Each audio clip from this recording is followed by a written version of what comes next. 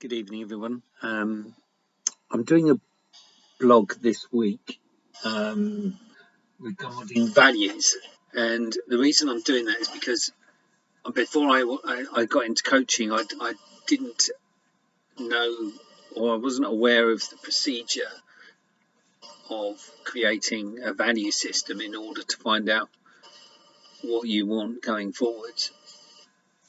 And so my coaching course and my own life coach asked me to complete a set of values for what I wanted to do for my business, which then resulted me in doing this really, and it really sort of it sorted the wheat from the chaff. So there's a lot of noise, and then there's the stuff that really means something to you. But I couldn't differentiate the two, or I couldn't find my way to the real stuff, the meaningful stuff that I wanted. So I couldn't, if you asked me what I wanted to do at the time, I couldn't have told you. I thought I could give you a few other ideas, but I wasn't really sure. And then when I did the value system, it sort of all came to place. And also a few people had said to me, oh, you should do coaching and stuff like that. And then when I looked at the values and what coaching was, I suddenly realised that they matched up.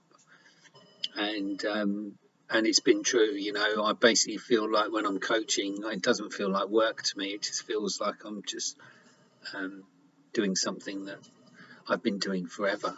And I used to be a really good listener for my mum because my dad was usually out working, so I used to have to sit and listen to my mum. And sometimes it wasn't great, I was sitting there wanting to go outside and play football, and my mum was lonely. Not all the time, but she was occasionally lonely and she'd want someone to talk to. So I used to sit there and listen to her day. And sometimes I'll be resentful, sometimes I'll be grateful,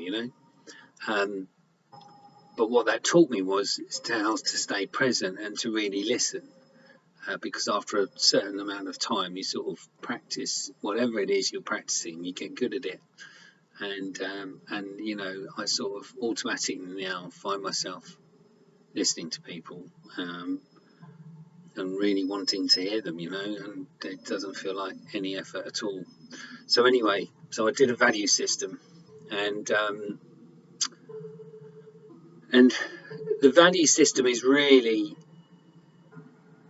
to find out, to target what it is you want to achieve, but also it filters out the stuff that you don't want to do as well. So say, like, for example, if you want to go for a job, your values around a particular job will be really important. You'll have some that are priority, like non-negotiable ones, and you'll have others where you think, well, okay, if I don't have that, it's not a massive problem, but I'd like it if possible.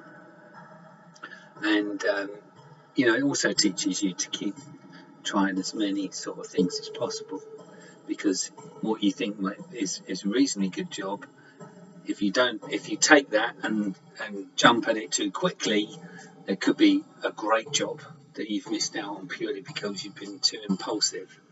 So the value system not only teaches you what you should expect and deserve, or you deserve, it also gives you that sort of benchmark to use when you go for an interview. Because I think a lot of people, especially me, I used to go into an interview and think, oh, I'll be really lucky to get this job, and I hopefully they'll pick me, not in any way thinking that actually this job might not be right for me.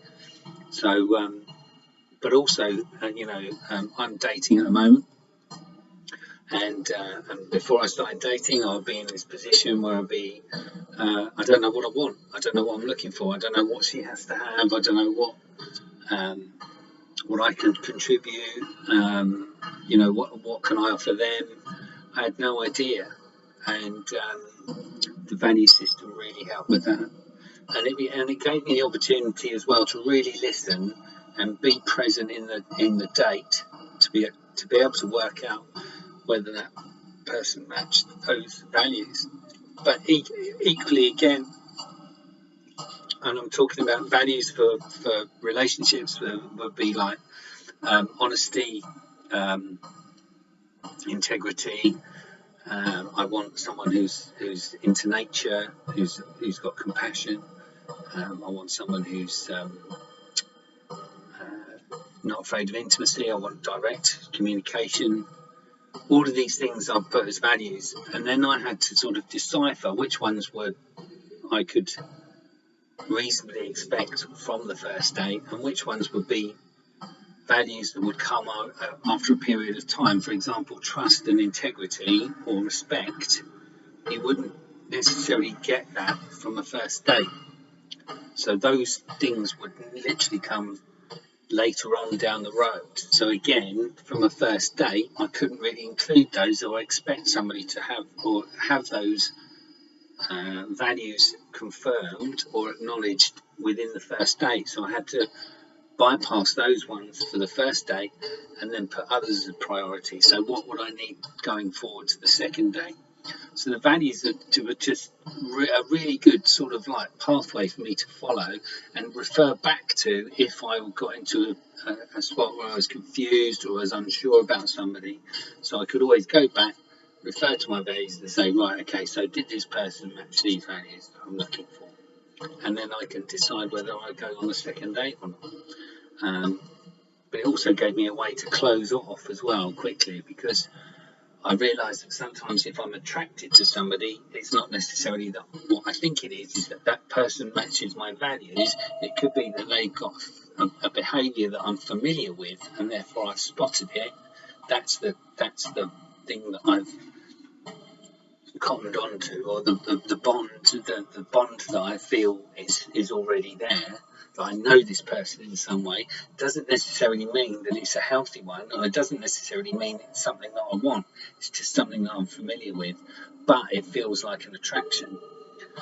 So it's again a really good way of just being able to sort of give yourself a bit of clarity, and that's basically what values give you, is clarity. So this week's blog, I'm going to give you some examples of what values do. I'm also going to give you some examples of what values you can look at, or maybe use an example if you've got a goal or a project that you're looking to achieve.